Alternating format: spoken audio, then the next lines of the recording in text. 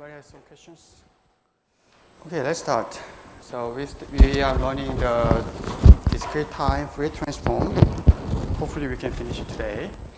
And we will have, now we are learning some properties of discrete time Fourier transform. And there are, most of them are very similar to what we learned in Fourier series or continuous time Fourier transform. So most of them are pretty close, except a few exceptions. For example, the periodicity. The periodic of Fourier transformed signal is a unique thing in discrete time Fourier transform. Linearity is also popular thing with most of our applications. So linearity is always hold. Remember, we are talking about linear time in linear system. So linear systems usually hold for what we are learning now. Time shifting and frequency shifting, I explained that keep in mind about the polarity plus or minus, because in this case, when it changes from time to frequency, the minus come out as itself. However, when you come from frequency to time, the other way, frequency to time, the minus change to plus. So this thing always holds both for Fourier series and Fourier transform of continuous time. Continuous time Fourier transform, this one still hold. From time to frequency, the polarity will be the same. Frequency to time, polarity will be reversed. Similarly, in Fourier series, we don't have a transform one. So in Fourier series, what you can see now here is you have xt and corresponding Fourier series coefficient. In this relationship, from here to here, those minus come as minus itself. Here to here, those minus come as plus. So the polarity reversed. So this relationship is still hold for most of what you can see in this lecture. In case of conjugation and conjugate symmetry is quite similar also, which is when you have xn is x e j omega, its conjugate will be conjugate and minus frequency. If xn is real, then x e j omega will be conjugate symmetric, because this will be same to this, which is very similar what you can see in continuous time Fourier transform. In the polarity number 5 is a little bit different, because actually they are, if you remember continuous time Fourier transform,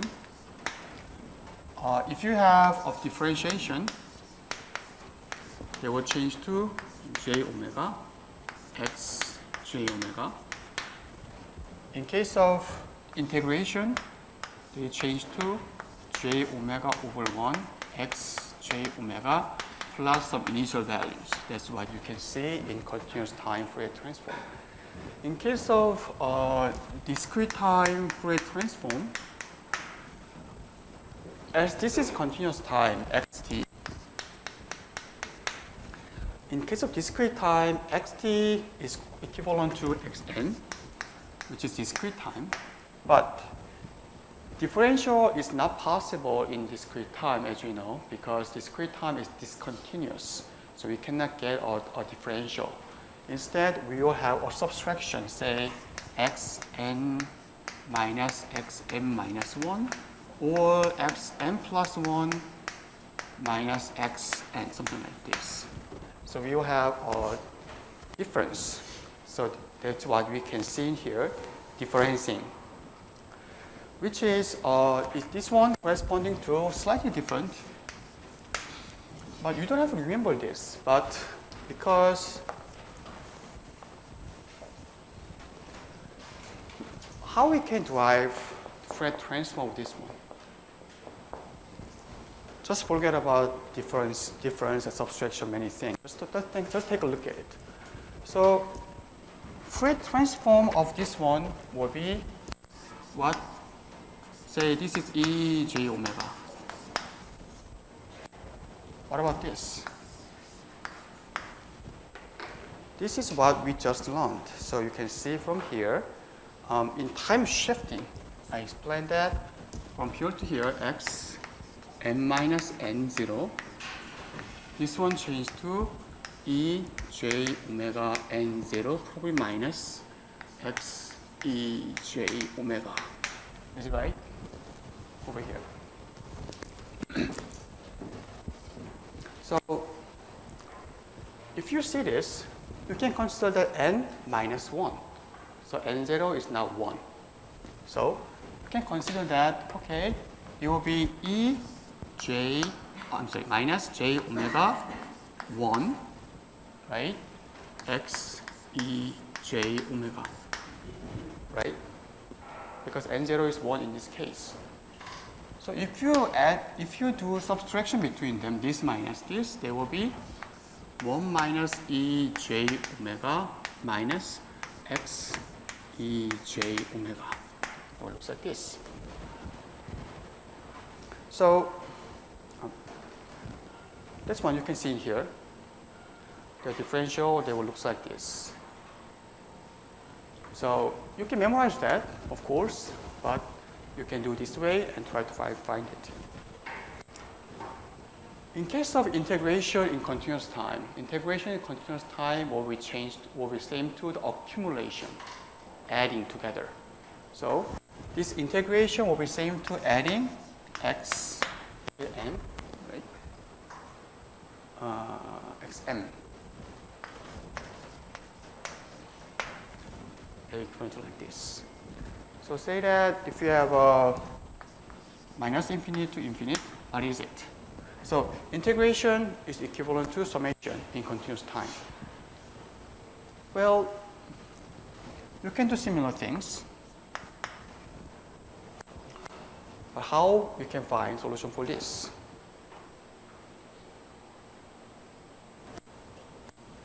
Well, so answer is e minus j omega over 1 x e j omega plus some initial terms. So if you see those two things between continuous time and discrete time, you can see some similarity or different things. First of all, they look quite different. They look quite different because there is j omega here. It's not j omega, but 1 minus e minus j omega is here. Likewise, 1 divided by j omega here, 1 divided by e minus j omega. So consider that this is one character. Say this is A, and say this is B. If you see like that, now they looks quite similar. The variable change for j omega to 1 minus j e j minus j omega, but from differential to integration, they will change to 1 minus a plus some initial condition. In this one, they change to 1 minus b, which is reverse side, which is also similar thing over here, plus some initial values. Of course, the detailed value like a is j omega, b is 1 j omega, and also this one and this one is different. You can see similar things like this. So if you once memorize this, then you can find this one easily. If you memorize this, don't have to memorize actually. You can solve like this, then you can easily find this. So everything is kind of linked together. So by far we talk about accumulation and subtraction. Now, any questions before we move on? Nope.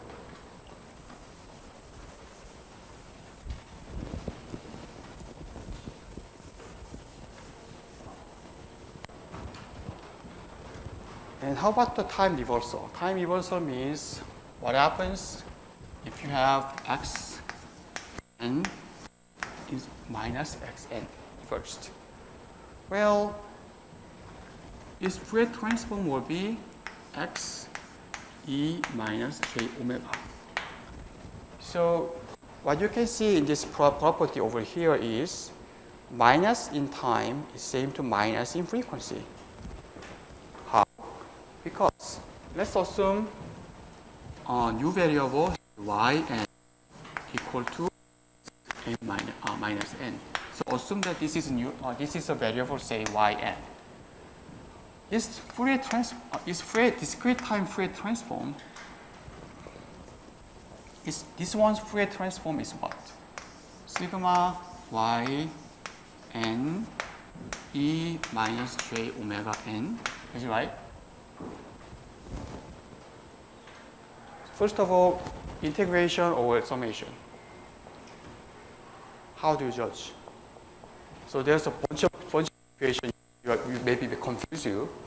So how you decide this is first let's start from basic. So you know that to have a Fourier transform you have some time domain signal plus e j omega n thing, right?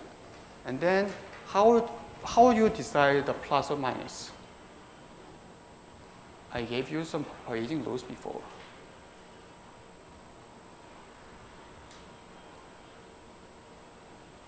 How you judge price? Let's start from basics. So how you judge price minus? So I will give you Bayesian law say that this size original signal corresponding to xt or xn. So this size original signal, and this is some kind of transformed signal. Say ak, which corresponding to Fourier series, x j omega, which is continuous time, x e j omega, which is discrete time. So this can go like this. From here to here, most of the equation has a minus. So this one has this. Remember about this. What is this? In continuous time. Integration, right? Some integrate. You don't remember that, but you have to remember that. So some period and then xt e minus j omega 0 and t or something like this. kt actually, I'm sorry. So from here to here, likewise from here to here, we already have original signal, either this or either this. So from here to here, we will have xt or xn, e something, right? That's typical form, you can see it. So from here to here, we typically have a minus over here. From here to here, we will have something plus. So think about polarity. So in this case, from here to here, right? So we will expect to have minus. And then let's decide this. Let's decide this. So we will have omega n sometimes, omega 0 kt sometimes. So it's a lot of things, a lot of variations. How you judge it? So keep in mind about this thing. So let's go back to this graph, the graph over here. In frequency domain, after transformation, in frequency domain, Fourier transform will be looks like this. They will continuous. Fourier series will be discrete. They are picking a point. So to get a continuous, we will have omega. Right? To have a point, we will have integer times omega 0, which is constant. Because 1, 2, 3, 4 means that omega 0, 2 omega 0, 3 omega 0. We are not care about between omega 0 and 2 omega 0, like 3 divided by 2. You cannot have it. So this one can be considered discontinuous in frequency. This one can be considered in continuous in frequency. So if you go back to what we learned here, the diagram over here, if Fourier transform, after transform the frequency, both continuous time and discrete time, both of them are continuous in frequency.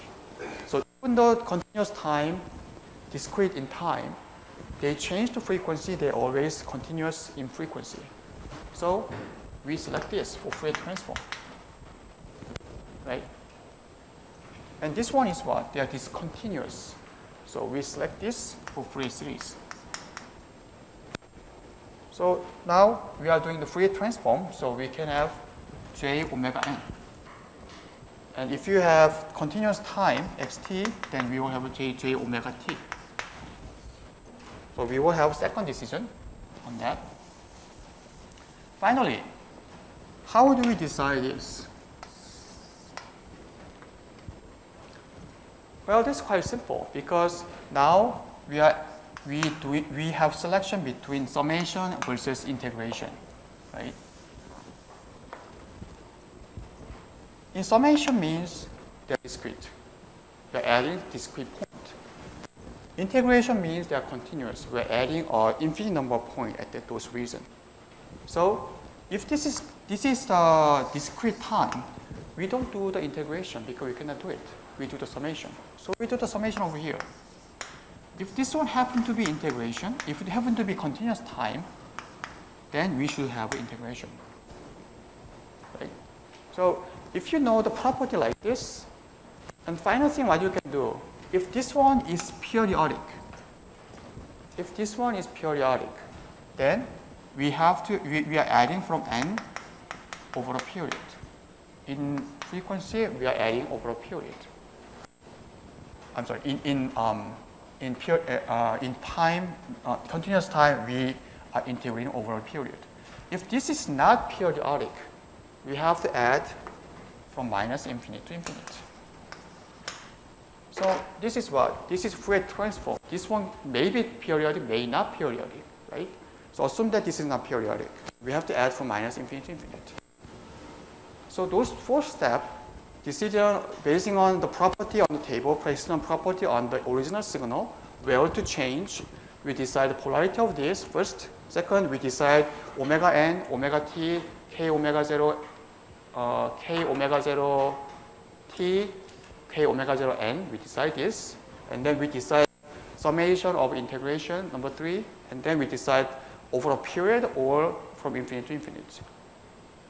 By just following the logic, understand the table, understand the property of this, then you don't have to memorize the equation. You can just follow the logic and find what is going on. Because those equations made by those logic. Because we don't have to, of course, for a period, we can add from infinite to infinite. It's possible. However, the value doesn't change because they are repeating. But to simplify the solution, we just made the equation like that. Of course, we can do minus infinite to infinite, but value doesn't change. That's the reason we're just adding over a period. Okay? So, to make a long story short, this is what you want to have. So, this is a discrete time Fourier transform. So, we are adding from minus infinite to infinite, yn e j by omega 0 n. That's our Fourier transform, y. And then, now, let's switch yn to xn.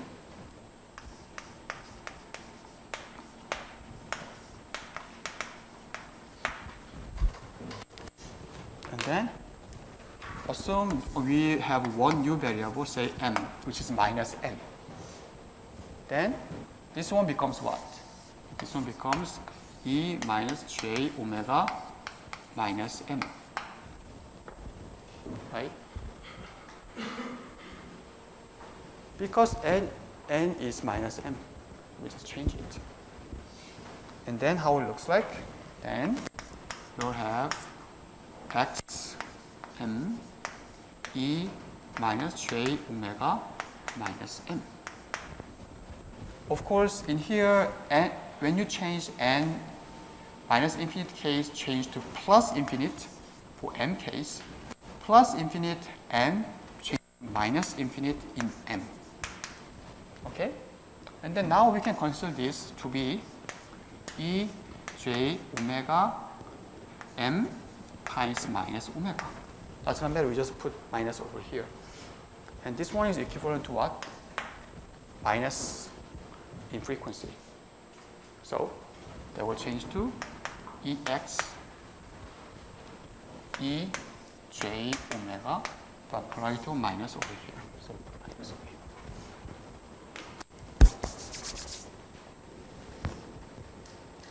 That's how you can see over here, time reversal case. Okay. So if you see this lecture, signals and systems, we have learned about systems, we have learned about continuous time, discrete time, time invariant, linear system, a lot of those system properties. That's the first thing we have to learn.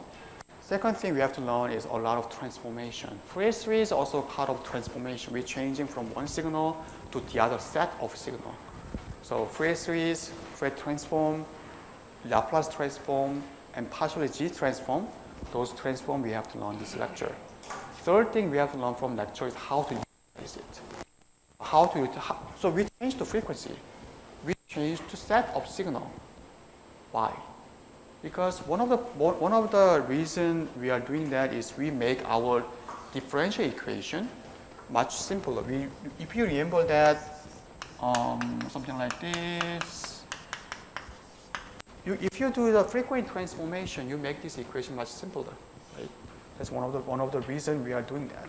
Not only that, often, I think I talked about this in the beginning of the lecture. When you see the signal in time domain, sometimes it's hard to analyze the signal.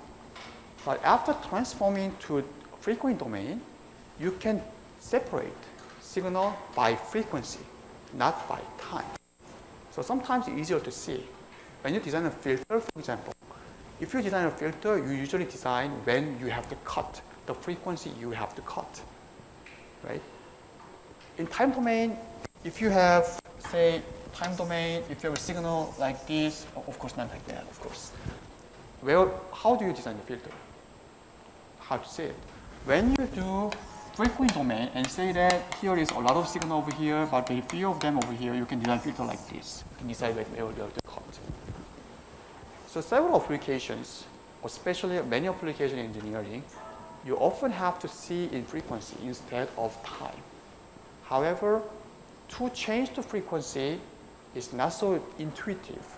So we have several tools to see to understand the original signal to different form of signal to understand the original signal better. That's the major objective of this lecture. But the mathematics and properties are sometimes boring, right? So.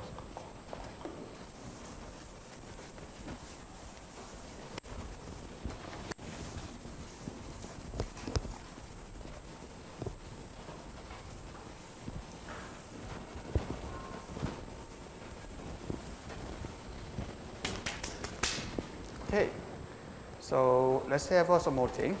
Time expansion. Time expansion, of course, there's some names on it, but we already learned about it. So what your son says here is,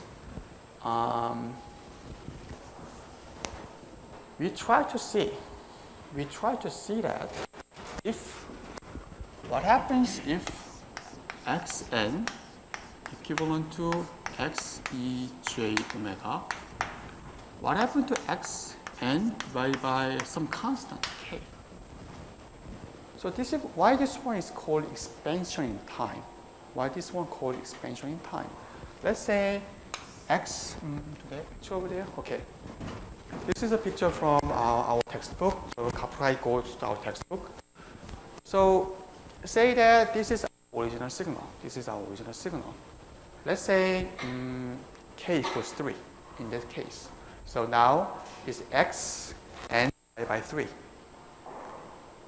So they will be spread out because 1 over here. So if you put n equals 1, the value will be given. This value is equivalent, in this case, we have to put 3 because 3 by 3 is 1. So this value shift to this side. So you can see that they are kind of spread out. So what happens if you have this? Well, of course, answer is like this. Of course, the answer is this. However, what you can have to do is write the Fourier transform equation, change the property a little bit to see this one. Judgment is pretty simple, but you also can see some common thing we have learned before. If you remember that, spreading in time will shrink down in frequency. Remember that? We talk about duality, similar thing between time and frequency, but also different things between time and frequency. So the same signal, when it spread out in time, its frequency domain signal will be shrink down, vice versa, right? So if you see this is spreading out. When k is larger than 1, this is spreading out in time. So we expect to have that in frequency, they will shrink down. So they will look like this. Because 1 hertz, say that we have a signal at 1 hertz. Initially we have 1 hertz. Now we have 3. Omega will be it's like this. So at 1 hertz, they change to 1/3 of the hertz. So they'll shrink down. So if you see that, if you know the basic rule that spreading in time, they're shrinking in frequency, you can easily see that, okay, k in denominator, they change to numerator. So of course you have to memorize it. Memorize with some logic like that. Right?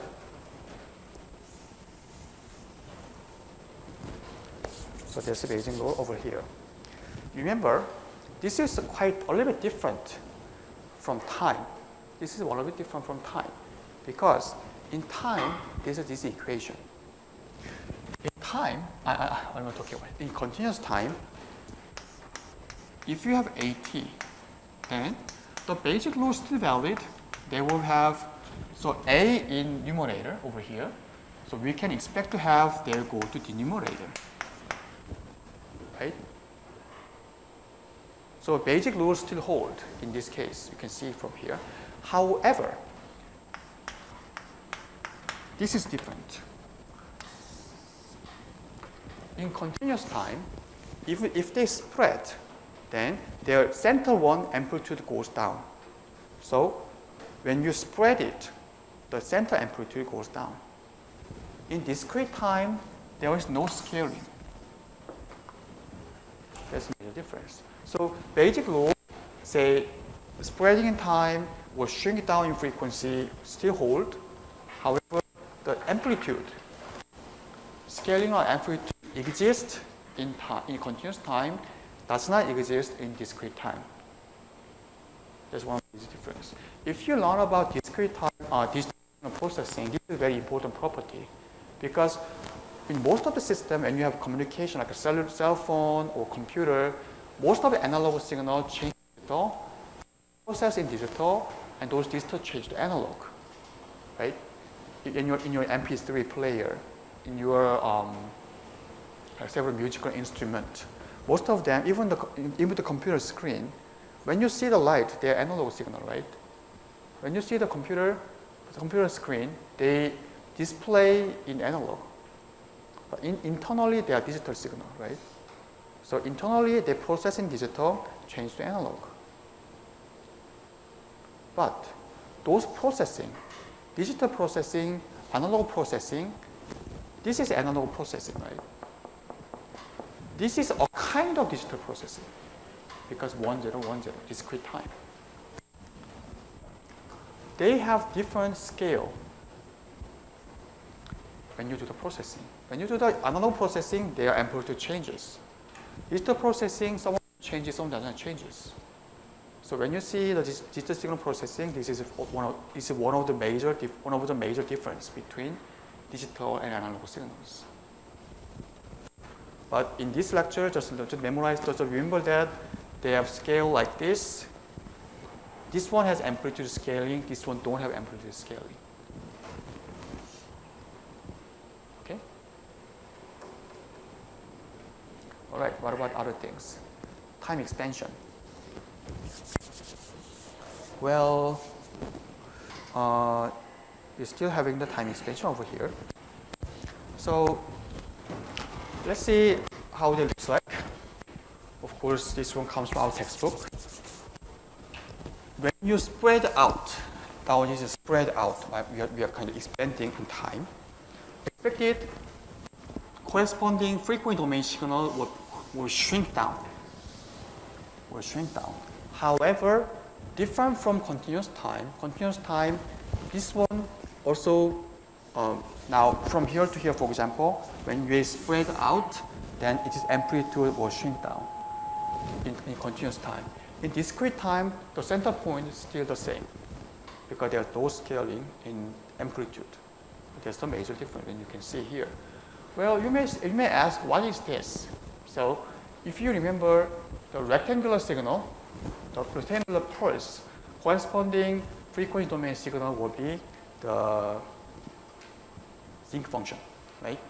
But in case of discrete time signal, continuous time, they will look like this. They fade away. In discrete time, remember, in frequency they are periodic. So this one is repeating. When you add them together, this is repeating, another one is repeating. That's the reason it looks like they're repeating in time, in frequency, I'm sorry. Another difference you can see the graph.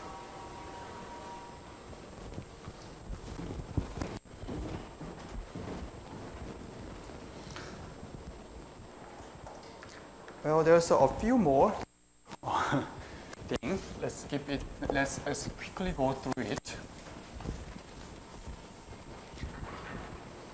Differentiation in frequency. So this is another interesting because this is discrete time signal. So discrete in time. When they change the frequency, they change to continuous in frequency. Discrete in time change to continuous in frequency. So when you think about subtraction in time, now we are thinking about differentiation in frequency because frequency is now continuous time, right? So now we are talking about differentiation, of course, not t but w, but omega, because this is frequency, which is corresponding to n xn.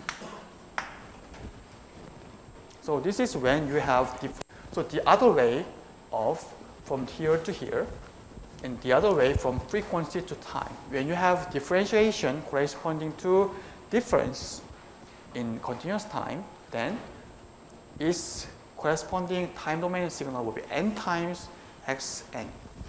There's another property, you can see it. Passavas relationship. Passavas relationship is, well, you remember that the original signals, amplitude, energy is the total energy in original signal, which is the same to sum of separated signal or sum of frequency domain signal because they are the same signal. So in here, in continuous time, it looks like this. So let's think about the energy. This is periodic or not periodic. Let's talk about continuous time first. This is periodic or not periodic?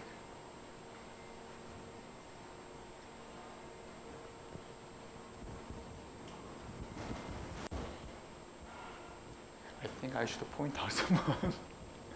So we are talking about Fourier transform. So xt is periodic or not periodic?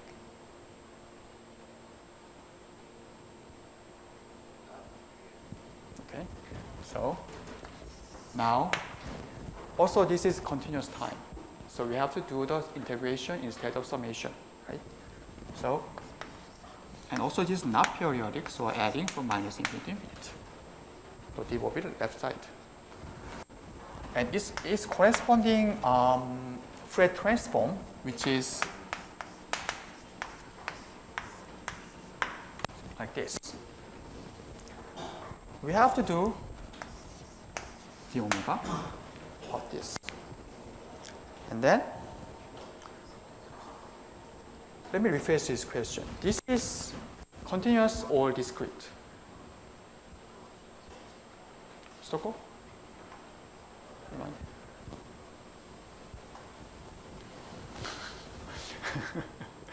So xj omega, which is we can think that they are continuous in frequency. So we can think that it's continuous in frequency. So we have to use the integration, right? If this is periodic or not periodic?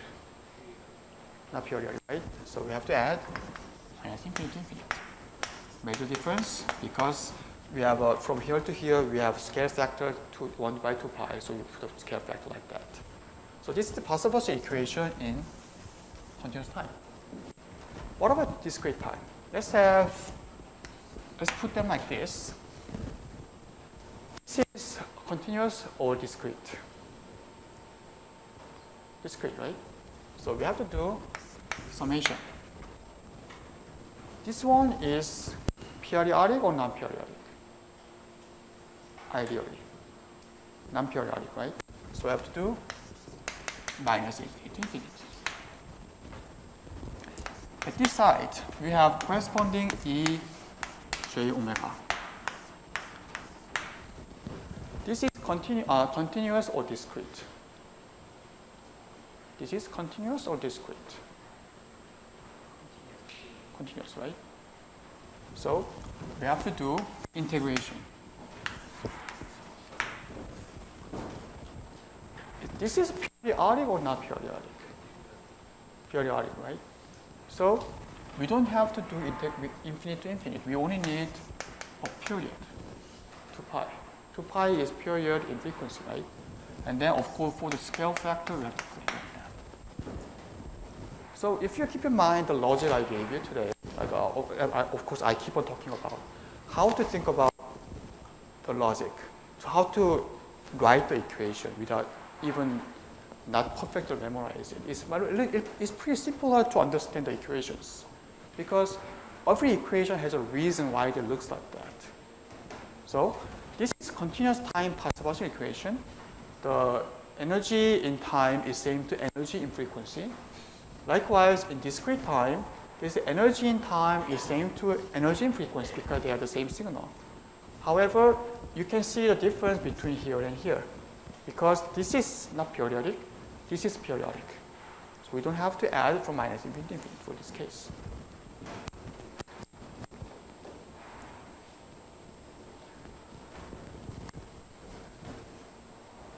Okay, and then let's go.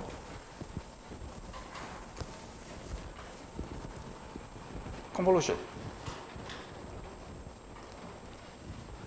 Well, this is quite similar. Let's say we have a convolution in time. Then, as you expect,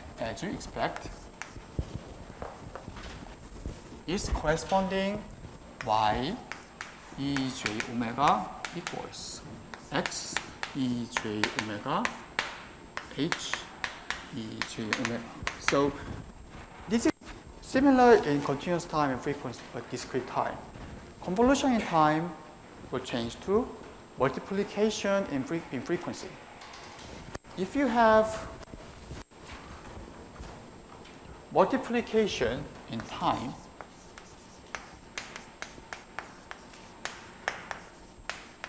as you expect, they will change to a kind of convolution.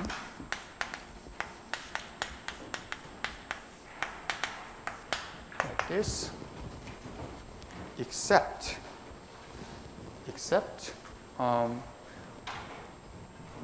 it's hard to define convolution in frequency, right? Hard to define convolution in frequency. So we put in them like 2 pi over 1 integration x. So same to convolution. In convolution, you select one of variable, change to new variable. Say this new variable is theta, ej theta times h e j omega minus theta. So in convolution, remember we select one of them, change to theta, Select the other one, change to value minus theta. That's convolution, right?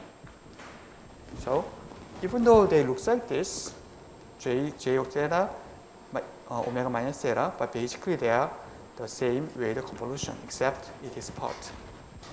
And these both of them are periodic, right?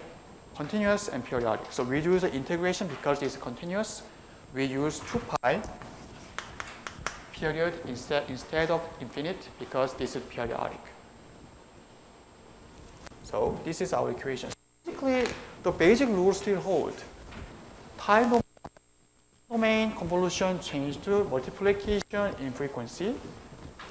Multiplication in time domain changed to convolution, or kind of convolution in frequency, which is given like that.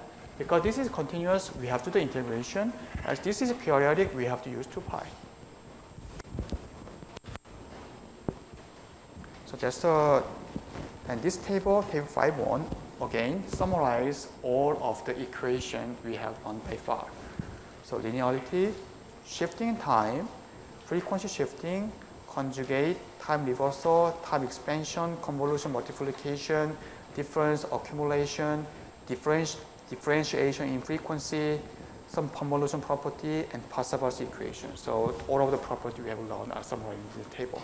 But keep in mind, to my experience, it's quite complicated, quite confusing when just you memorize all the equations. So the logic I explained you today, of course, the logic I keep on explaining in the lecture, those ones help you to, of course, you have to memorize some of them, but help you to judge if your equation is right or not, at least. All right? And there are several discrete time Fourier transform pairs.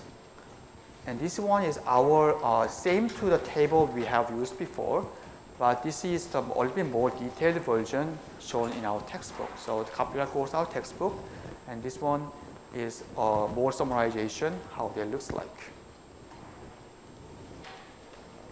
Finally, this is the last page. Before we move on, if anybody has a question.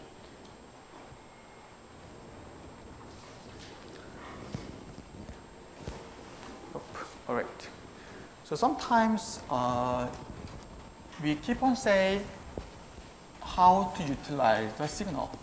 So one example we will devote next lecture, the time and frequency, to learn about a part or to take a taste of it. However, most of the one of outstanding, one of the obvious example we can see is differential equation. So differential equation, previously in continuous time, you may remember that n time integration will be 0 to m, for example. Summation k equals m, there will be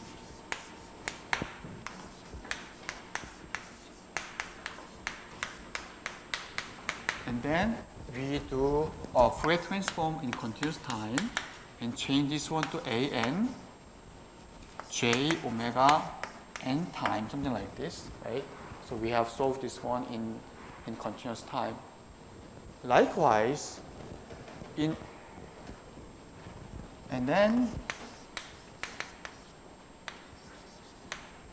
y j omega equals bk, which has a change, j omega, because there's differential times k x j omega summation.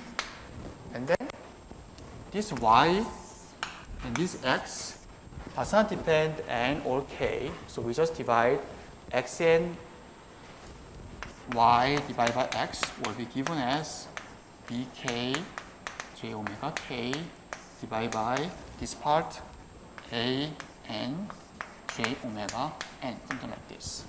So we try to find the system response like this. In discrete time, we cannot have differentiation, but instead we have subtraction. we have difference. So in here, one you can see in this graph, or you can see this one in your previous lectures, chapter 4, the end part of chapter 4. In discrete time, we cannot have differentiation. So instead, we'll have a, let's say, it should have AK, I think, AK, Y, n minus k. So we will have a kind of shifting, because we are shifting in time. And then this part will be given as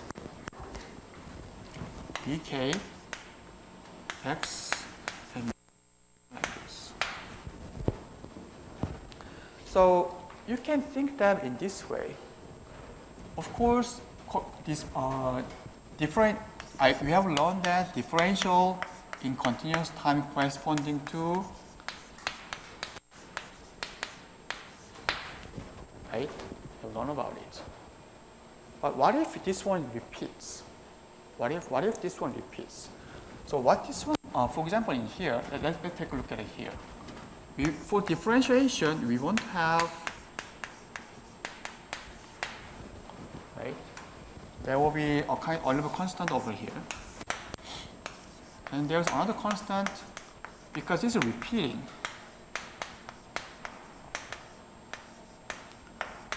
We know another thing like this. Of course, this is repeating.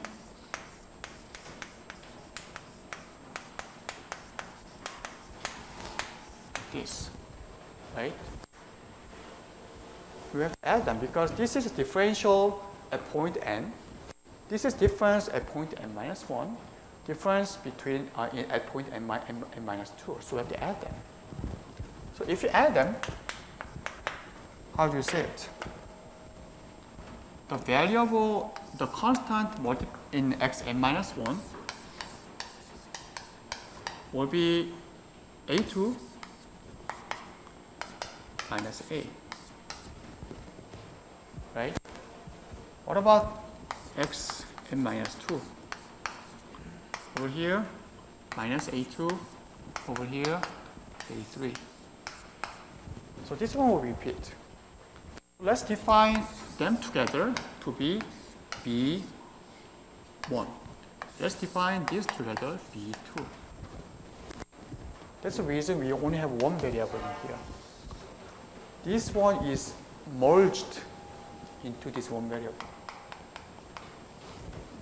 So if you see this, sometimes you may misunderstand that, okay, why there is no minus? Because those are already merged inside this constant. So,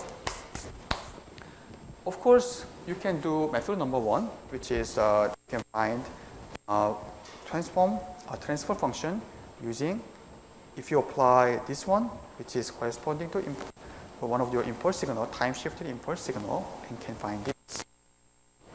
You can do that, or you can do Fourier transfer property from here to here. What you can see now is you'll have something looks like this, something looks like this in this side, and do the transfer function, similar to what you can see in this continuous time case. So that's the end of this section. And we will move to the next chapter. Question by far.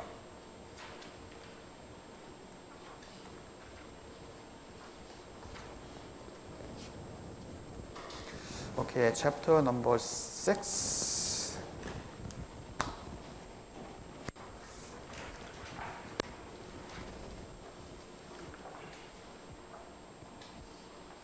Are you too shy to ask a question, or is it too much understandable? I'm confused about it. Either case, I'm happy, so don't worry about it. So we have learned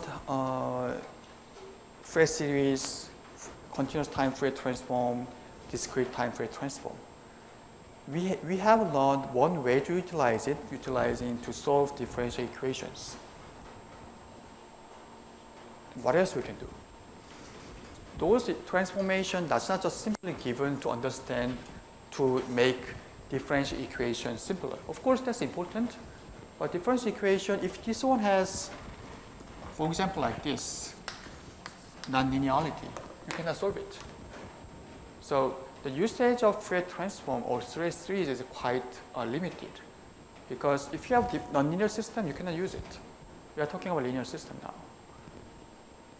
So why we are learning about this? Because it has more usage, not only more usage than just simply make a differential equation simpler. So let's see, let's have a little bit taste. We cannot go detail about it. In our book, there is a chapter called Communication System, which will not be covered this lecture. They talk about how to utilize these equations. But we don't have enough time for one semester to cover everything. So I put chapter 6 to see, just have a little bit taste how to use it. In this chapter, we will discuss how to relate signals in time and frequency domain. Especially, we introduce a new concept called phase. And let's keep in mind, we will differ, now we have used, for example, E, J, omega. Now, we will separate them into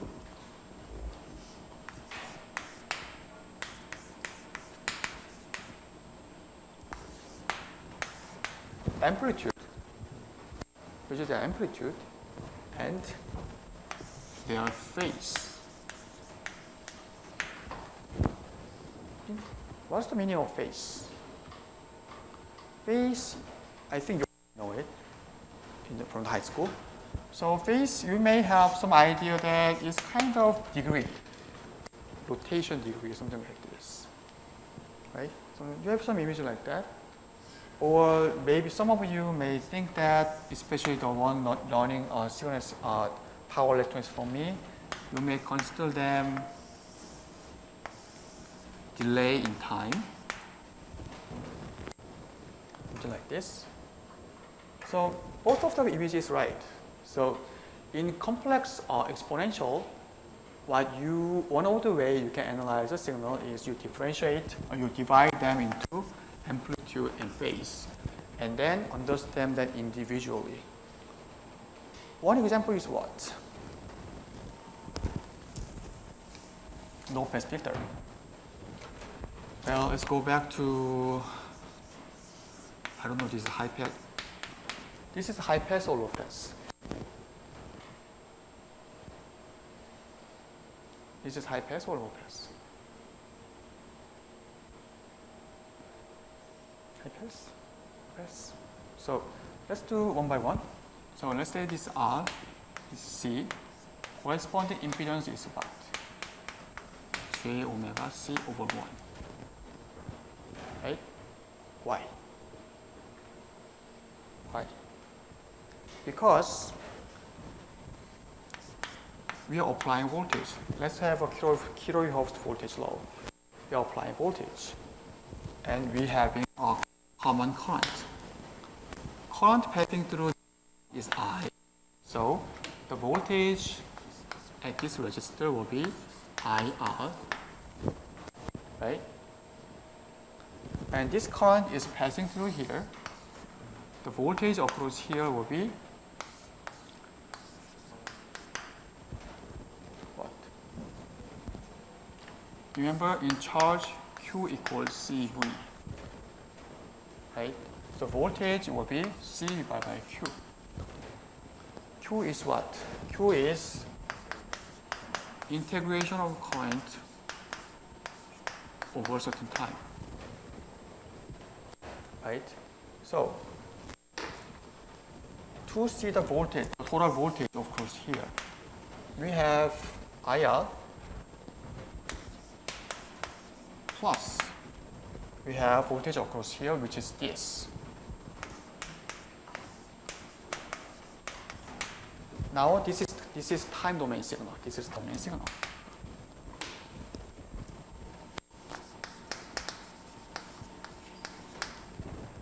And we automatically change it to frequency.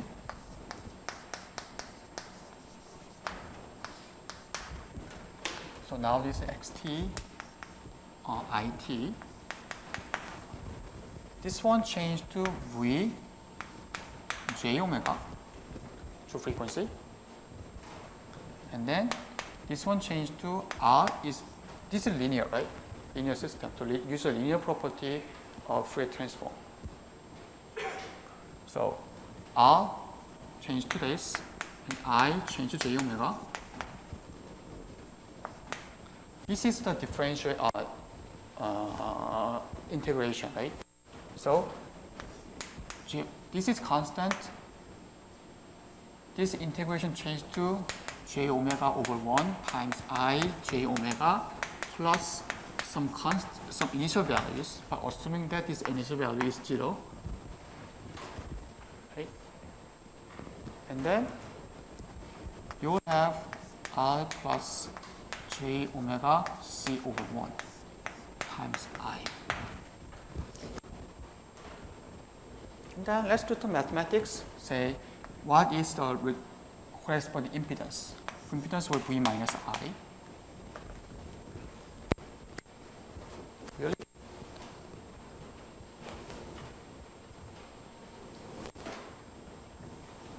Impedance is what? Similar to resistance, right? So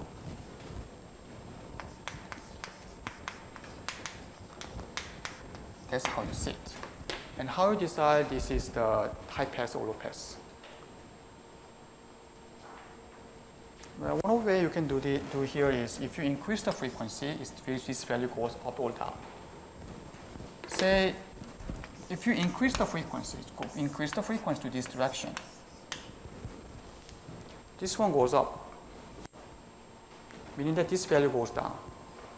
So value goes down. So we expect that it goes down in frequency. So low pass. But neglecting this, you just study from, okay, right away, like this. You just find out this one right away without doing the mathematics.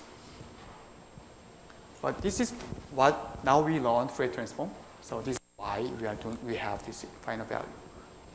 Anyways, now people, you may hear about bot plot.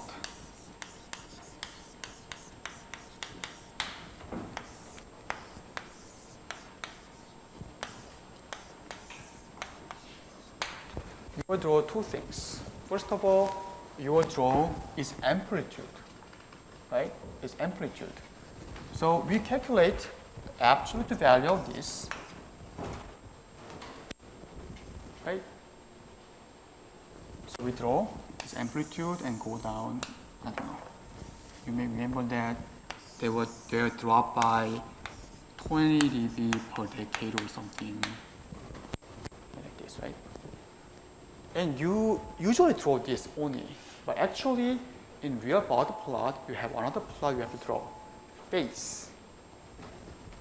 So you may hear one of them is amplitude, So we put absolute value and see how that looks like. Phase, how do you calculate? In phase, the basic idea here is you have A, E, J, omega. Let me rephrase it. A, E, J, theta. This is a complex signal, right? Arbitrary complex signal. You can do that. You divide them. A cosine theta plus J sine theta. Right? They're the same signal.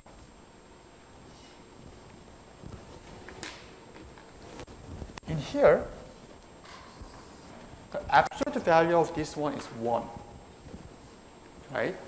So this one is our amplitude. And this is our phase,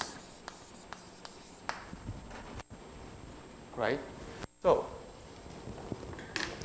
when I talk about, we can divide them into amplitude and phase means that if you have complex value, they can divide it into amplitude. If you know it's amplitude A, phase theta, you can reconstruct, you can understand what it is. So if you know amplitude and phase, if you only plot amplitude and phase individually, you can find what is the value, what is the number. That's a reason. That's one of the reasons we are dividing them. We are analyzing amplitude and phase only because we can reconstruct how they looks like. So in butter plot, usually draw amplitude and phase, and we may start that. Well, when theta is 0, when theta is infinite, then this one will be how much? So you may start say that at some value starting from here, they change the phase 90 degrees, something like this, right? Why? Right? So this is one example. Of course, I do not draw in detail, but one example that if you know amplitude, if you know phase of arbitrary signal, then you can see what this original signal looks like. So that's the reason we divide them to amplitude and phase and analyze individually. Because if you know that, you can know what it looks like. So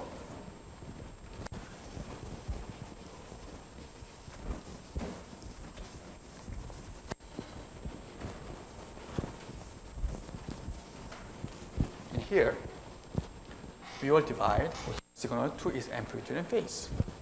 Likewise, in discrete time, we will divide them to its amplitude and phase. Likewise. This rectangular thing is typo. Let's change to angle, like this.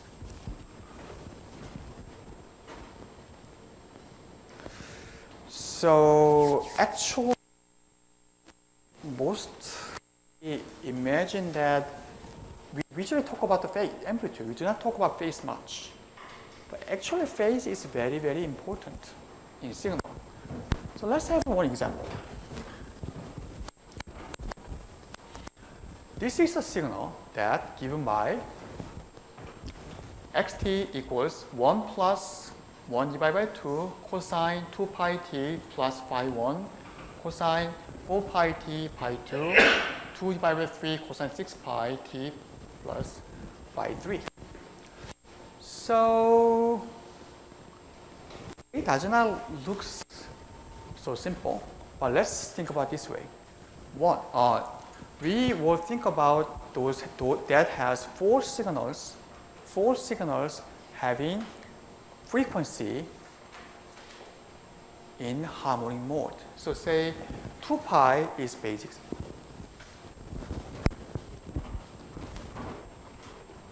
So they will have some kind of cosine 2 pi times integer t plus some phase. Let's think about them like this. Okay? So if you remember cosine omega t plus pi, that's a typical thing. So you can consider this as omega. So now your omega is 2 pi times constant. First one, 1, this one, is the case that k equals 0. Second one, over here, there's case that k equals 1. Third one over here, there are the case that k equals 2. Finally, the last one is k is equal 3. And what is our frequency? Frequency is 1 Hz. So you can consider them this set of four signal having 0, 1 Hz, 2 Hz, 3 Hz as its frequency. So they can be considered as harmonic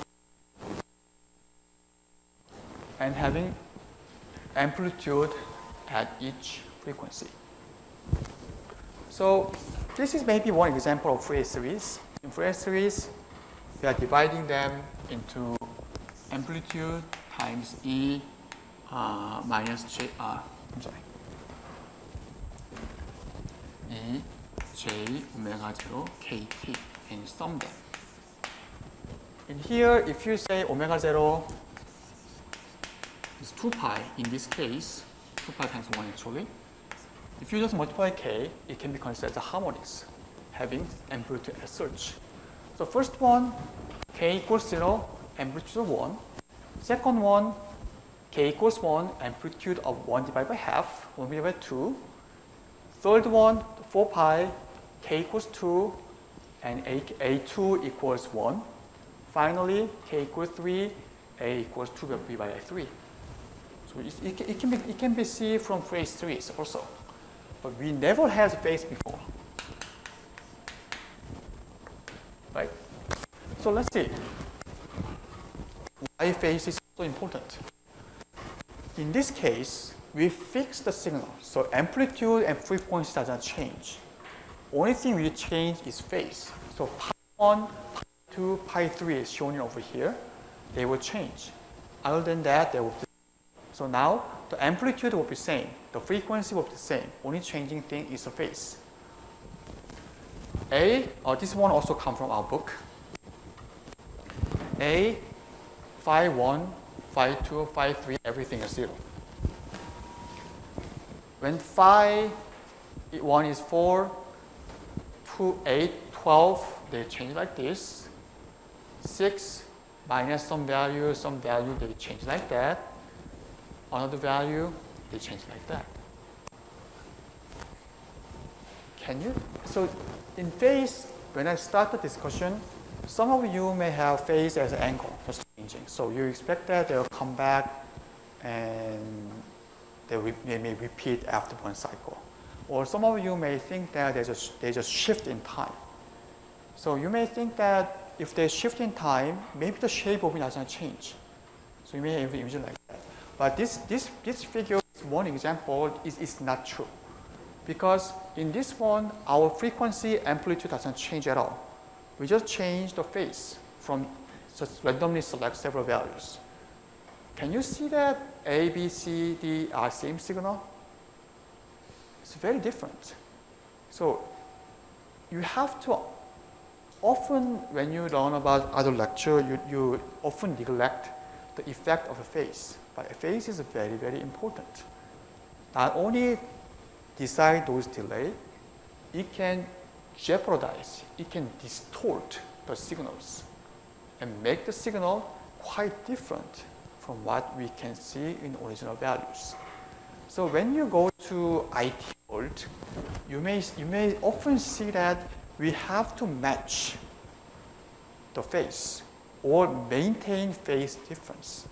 Because when this one's phase is fixed, for example, its phase is fixed, say that pi 1 is 4, pi 2 is 8, pi 2 is 12, then we will have continuously have, we will repeat. It's not a big problem. But if this phase changes by time, phase actually often changes by time. When this one changes from this value to this value, the signal